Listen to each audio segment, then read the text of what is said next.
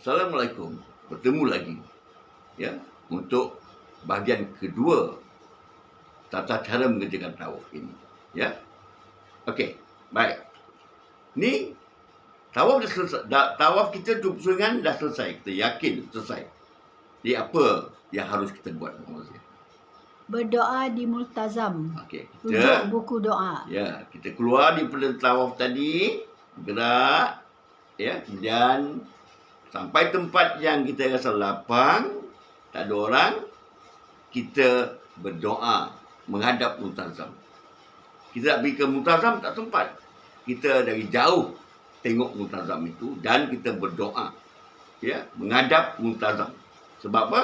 Multazam ini adalah tempat yang amat mustajab doanya. Betulnya. Solat sunat tawaf di belakang makam Ibrahim. Ya, ini yang harus kita lakukan bagi setiap jemaah umrah kita. Lepas tawaf, tutup dengan solat sunat tawaf. Di mana tu? Di belakang makam Ibrahim. Bukan semestinya di belakang makam Ibrahim itu betul-betul.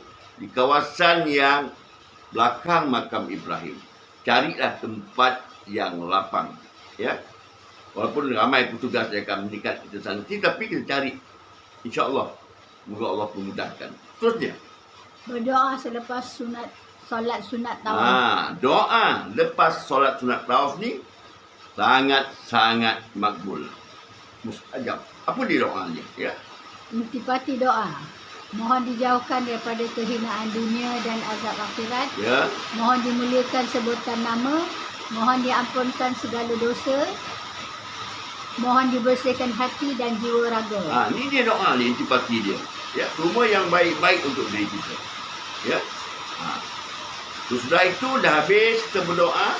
Berdoa ni boleh kita lakukan secara berjemaah, dipimpin oleh mutawif atau kita berdoa sendiri. Dalam aspek kita melakukan tawaf sunat, kita kena doa sendiri. Sebab tawaf sunat ni tidak akan dibimbing oleh mutawif. Okey. Terusnya apa kita buat? Tata cara minum air zam-zam.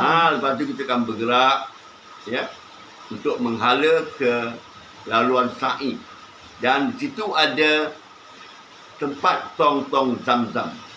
Perlu diingat doa ketika doa minum air zam-zam sangat mustajab ya.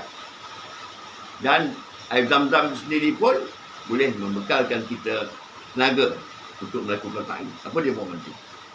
Mengembalikan tenaga untuk bersa'i ulang-alik 7 kali antara Bukit Safa dan Bukit Marwah. Ya, untuk sa'i ni hampir 3 km tu memerlukan tenaga yang luar biasa. Ya, tenaga yang ampuh, mapan. Jadi insya-Allah dengan air zam-zam ini kita dapat tenaga baru. Ya.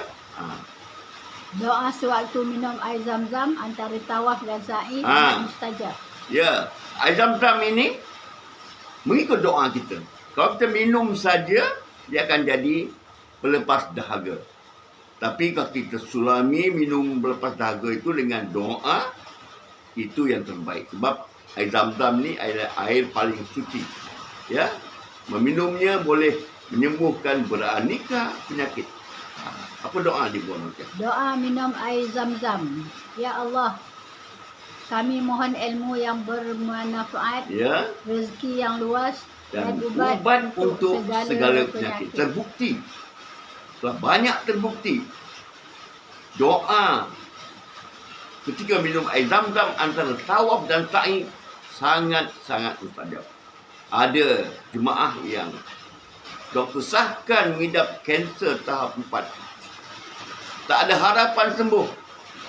Tapi berkat doa yang tulus ikhlas dan air zam-zam yang suci itu, ya, kanser dia hilang dan dia bebas daripada penyakit itu. Ya. Okey. Lepas ini kita akan terus bergerak ke tempat sa'i untuk memulakan tata cara mengerjakan sa'i pula sebagai rukun umrah kita yang ketiga. Ya. Jadi untuk sa'i ini juga memerlukan satu penjelasan, perbincangan yang tulus, yang komprehensif ya, yang detail. Jadi kita akan sambung dalam perjumpaan kita yang akan datang. Sebelum akhir sehingga itu pertama, ya, kita berdoa. Dan semoga kita harapkan dengan perbincangan dan ringkas ini kita dapat ilmu untuk memperlengkapkan diri kita mengerjakan umrah yang mampu. Wallahualam. Assalamualaikum warahmatullahi wabarakatuh.